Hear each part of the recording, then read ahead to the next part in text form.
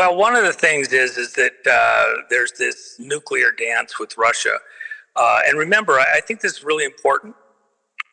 Um, we had de-escalated the situation with Russia um, uh, for quite some time. In fact, 15 years ago, we brought out of England and other places within the NATO system nuclear weapons and brought them back to the U.S. for storage here locally because the tension level was going down.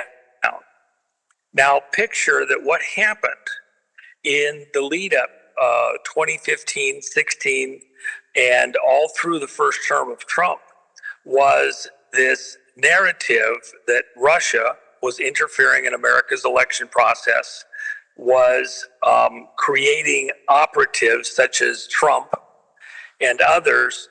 And so Russia was reemerging as a threat to America in the spy versus spy thing. And so the whole Cold War thing, arguably things like Ukraine and other things going on around the world would not have happened except for this false, lying narrative. That's what is being put out right now with what Tulsi Gabbard is releasing. You're hearing everybody saying, oh, go ahead. Yeah, let me just do this 1 second, folks. You know, it's that time. I got to do it every time. Bone repair breakthrough. This is big, folks. The science is clear. Red light therapy builds stronger bones. And it's easier than you think. As we age, bone mass drops and fractures become more likely. Most treatments come with side effects or don't actually rebuild any bone at all. But studies confirm red light therapy stimulates osteoblasts, the cells that grow new bone. It also boosts collagen and strengthens bone tissue from within. So if you want to look younger and be stronger, this is the way to go. In clinical studies, it has increased bone density, sped up recovery after breaks, and reduced fracture risk. Picture yourself steadier, safer, and stronger.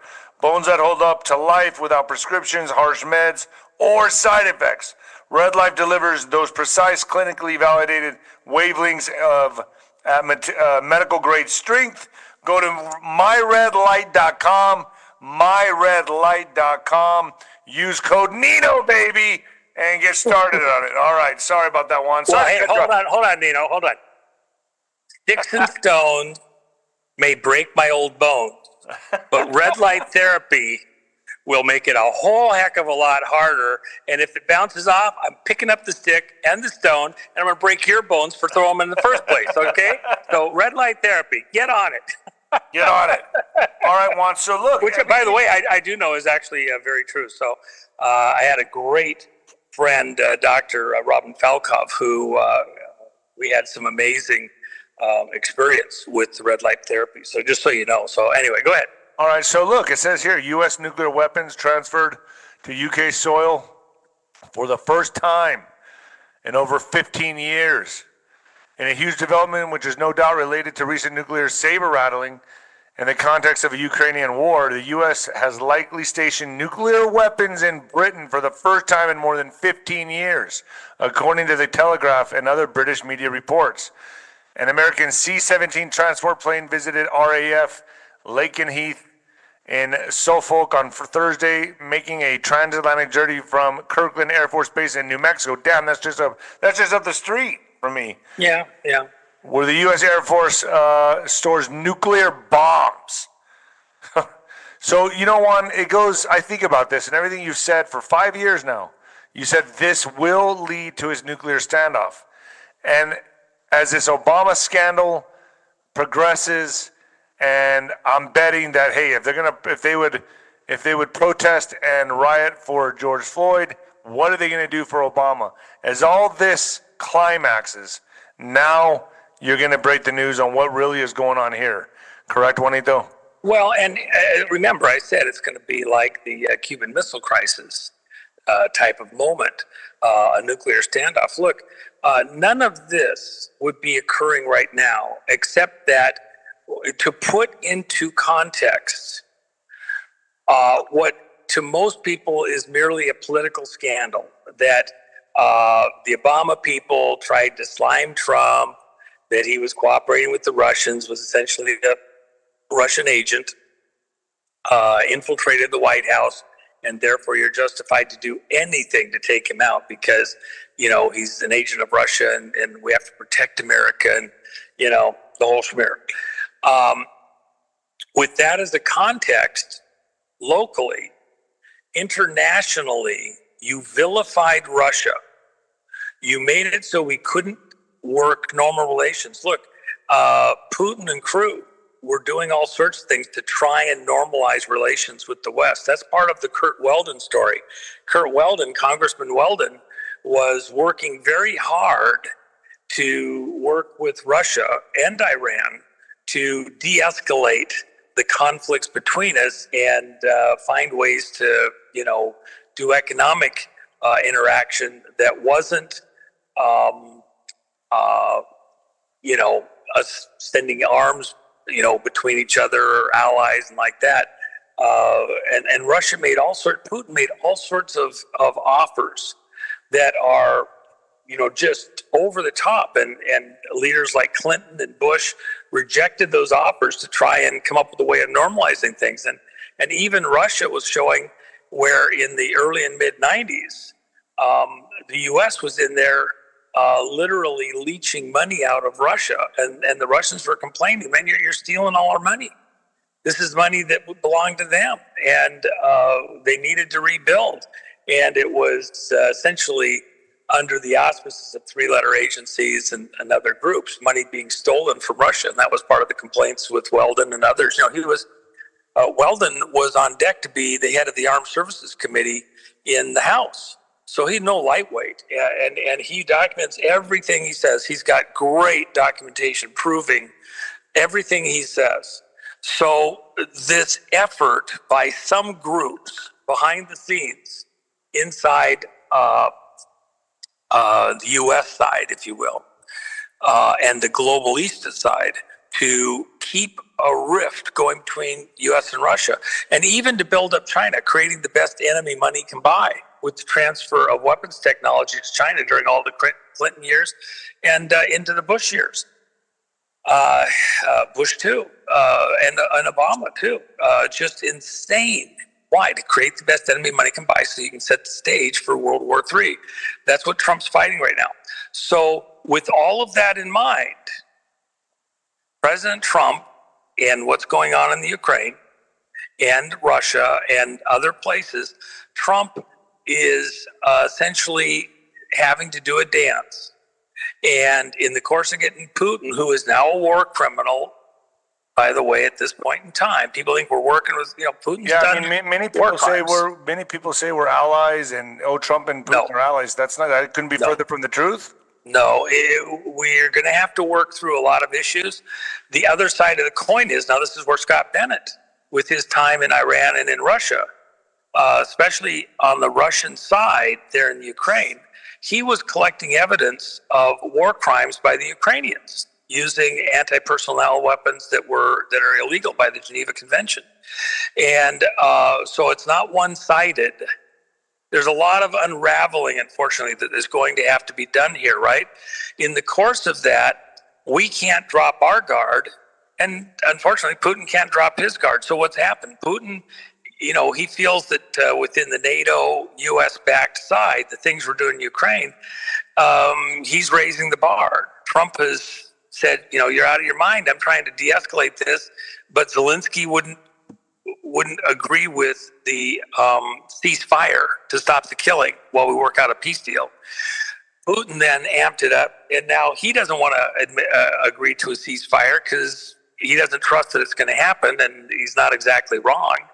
So both sides are just continuing to amp it up. Well, to be fair, didn't Trump kind of sneak around and do the mineral deal?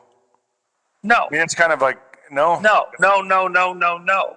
He was offering that if Ukraine would cease fire and agree with what Russia had already agreed to, they said they'd cease fire, we would help them. There's no sneaking around. This was all done right out in the open. The whole world knew about it.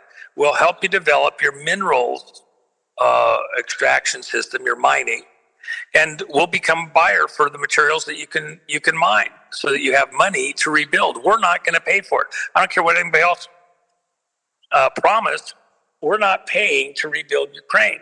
You guys started a war. Russians started a war. You can pay for it yourself. You have plenty of money there. You wanted a war over the Donbass, you got it. But you're going to pay for it. And if your leaders were in on it, the rest of the people weren't, well, it's your leaders. You're going to pay for it. The American people aren't paying to rebuild Ukraine. You got plenty of wealth sitting right there. We'll help you. We'll be a buyer for what you can develop. We'll help you rebuild those, or to build out those. So if we're sending our nukes to the UK, what are the possibilities this is going to kick off pretty soon if we're already sending our nukes over there to be in position for some kind of standoff? Like, so what could go wrong between now and... Oh, jeez.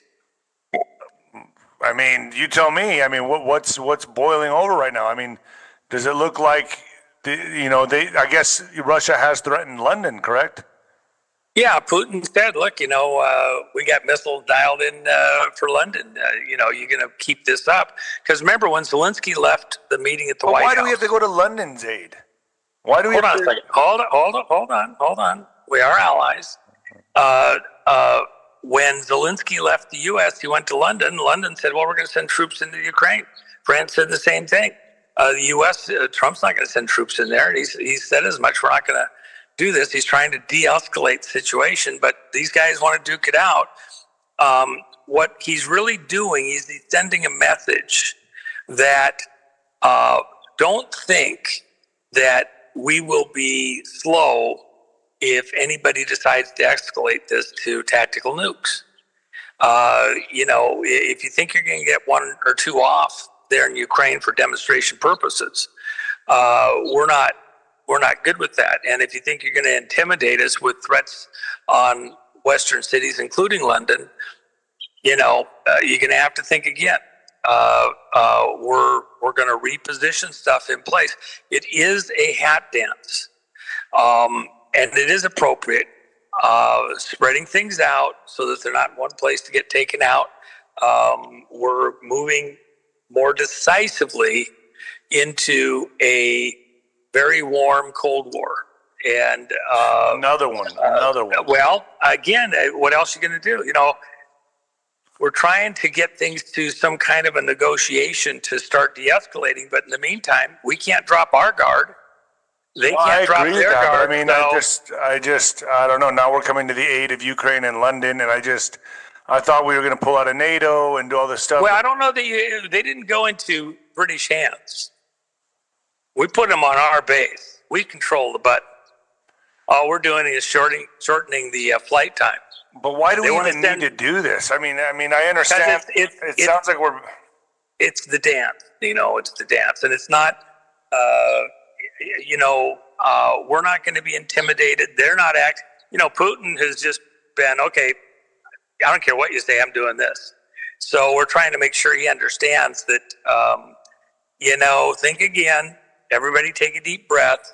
Because do you think he would do something that careless and strike London just out of, does he have no choice at this point? Putin actually, absolutely, he's like Johnson was. He does not want to be the one to preside over World War III. And Khrushchev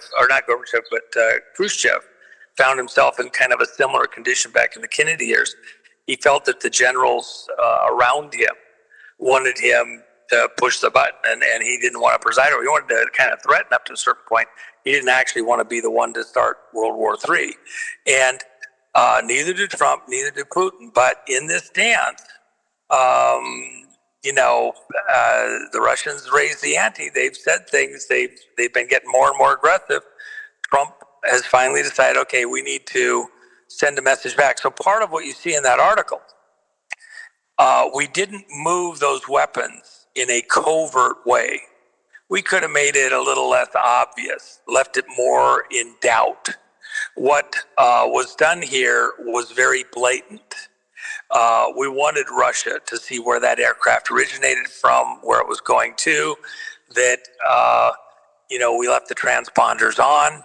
We weren't being sly or sneaky about this. This is a very overt, everybody knows, you got your toys, we got ours too, back the fuck off.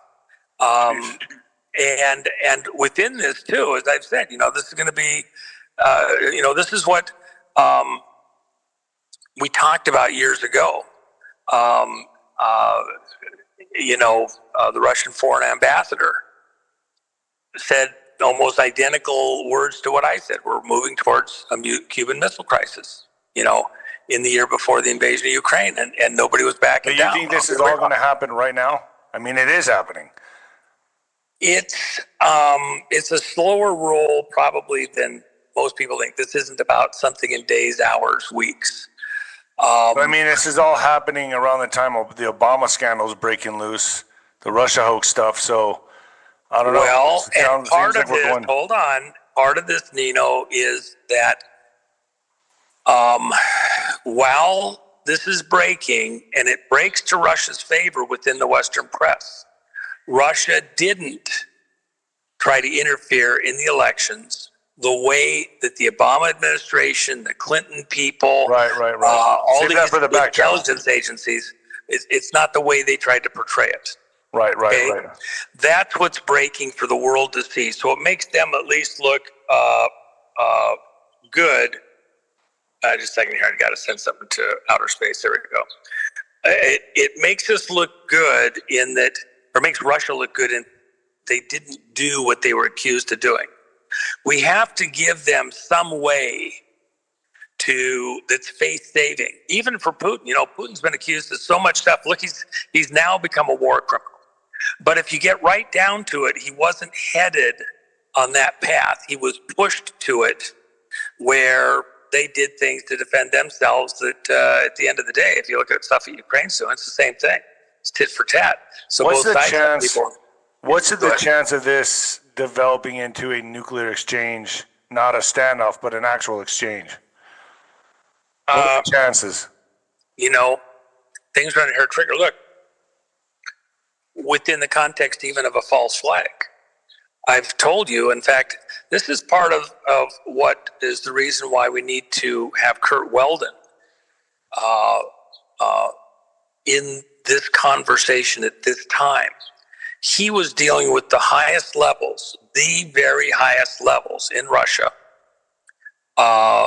in the 90s and after, up and after 9/11, where the top nuclear people, and Putin put him in this room with him, were saying we're missing,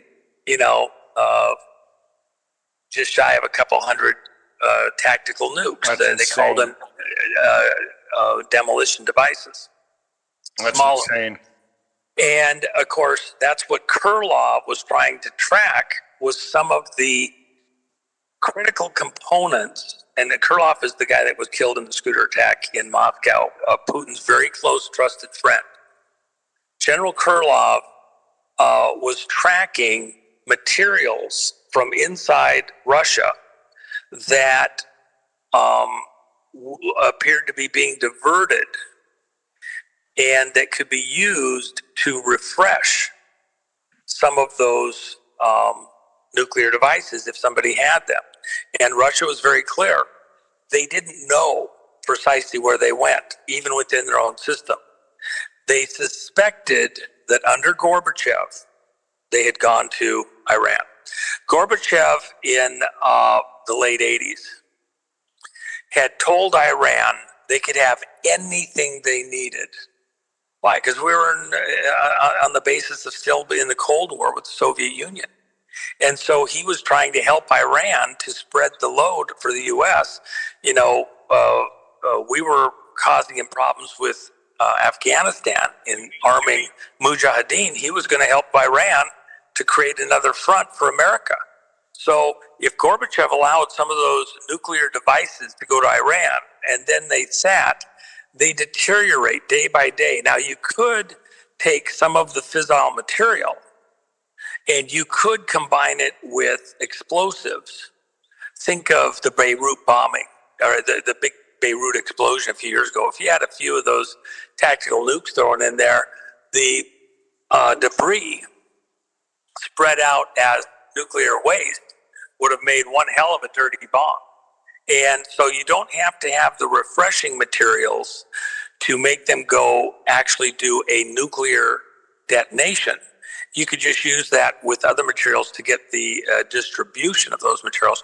You could even break it up and just spread it by a truck or a plane or something like that. It would have almost the same longer term effects, and also depriving an area because you'd contaminate it as an actual explosive detonation.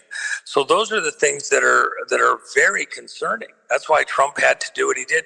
He didn't bomb those nuclear plants just for Israel. Those people that are pushing it do not understand that they were making things in those locations that could be used and appeared to be in line to be used to refresh, bring current some of those devices potentially that Iran didn't have to have, their latest missile system or delivery system. Didn't need to make a new nuclear bomb. Just need to refresh what's out there. There's the conversation is different than most people have understood. And so a lot of old stuff that seems like it's history and nobody should care about it anymore is actually part of the conversation and needs to be part of the conversation.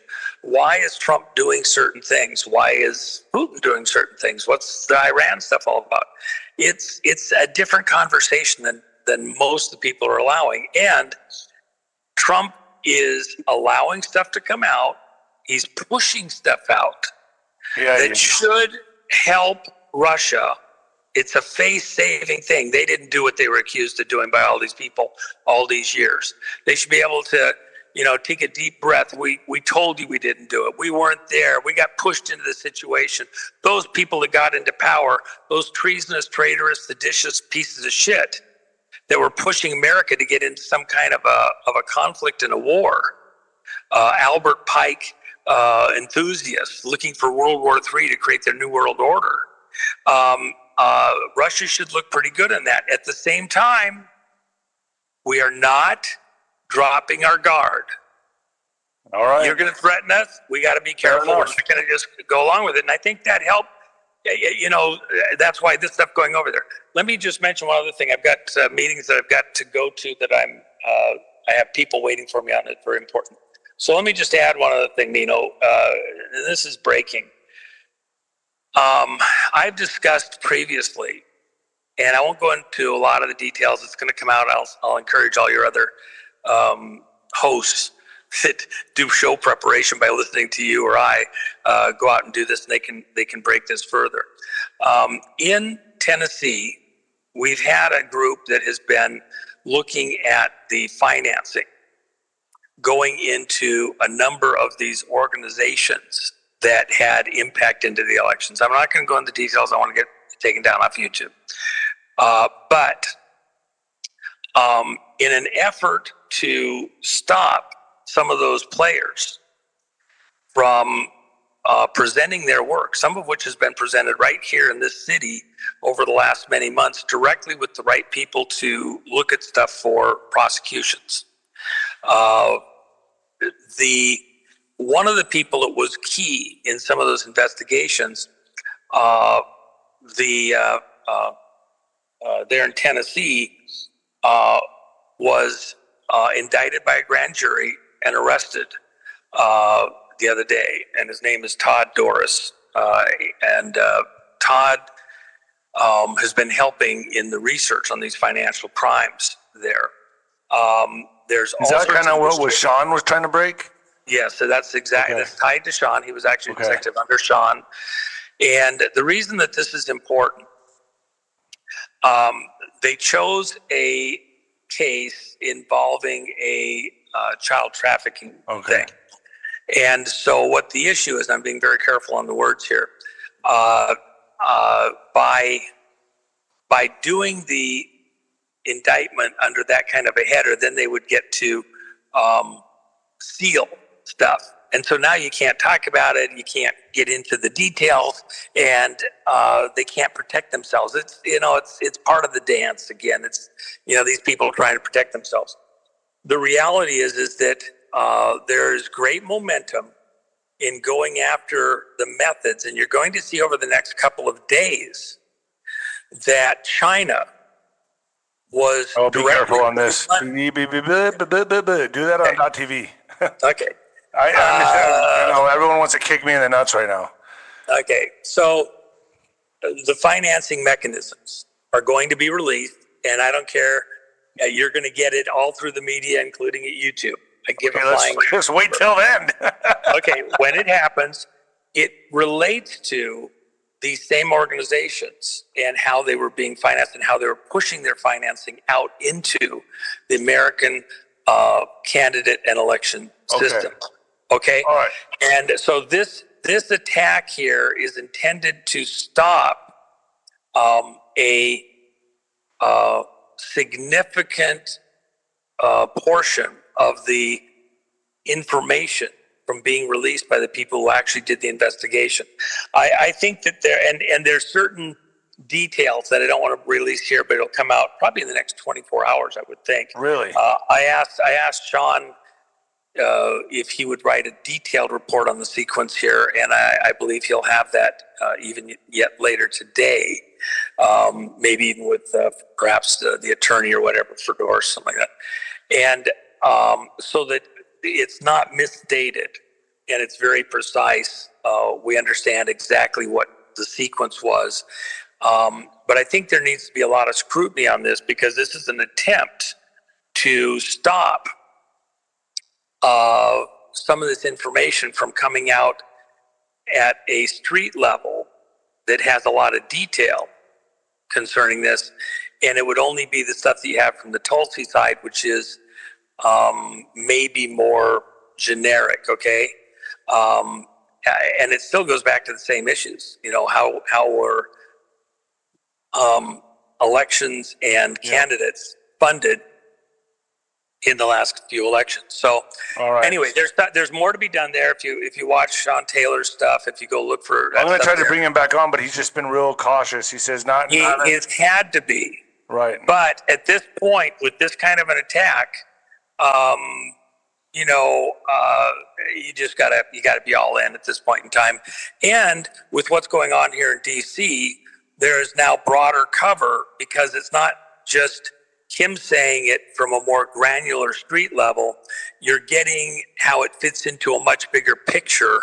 And so the one complements the other. It gives the detailed facts about the broader assertions coming out of Officer Director of National Intelligence. So, and then overall, just remember, the breaks coming out over the next days, weeks, months is within the context of Russia.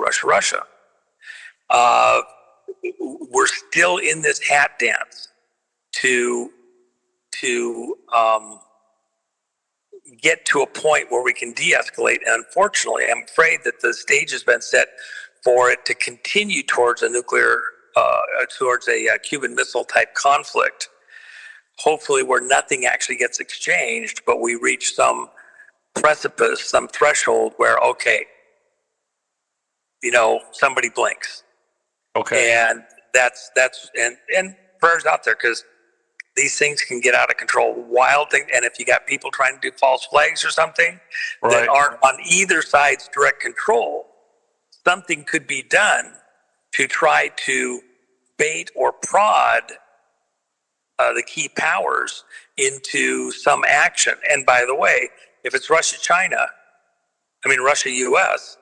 who's the odd man out that might be actually silent but trying to amp this up, because they're actually the real China problem. Yeah, because the election stuff is all China, not Russia. All right, Juanito, thank you. Is that good?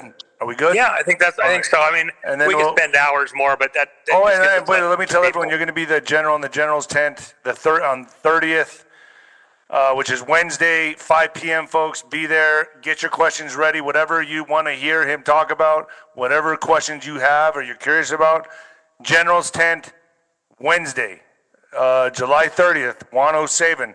And before that, it's Colonel Towner Watkins. Thanks, Juanito. Oh, and go to thejennifermack.com, and get yourself coins and silver. And that's some fun stuff over there. And by the way, the silver's very reasonably priced on our end. These are silver-proof coins, also over at gumroad.com, because I think all of this tension In fact, meetings that I had today within the finance world, there's no question that drama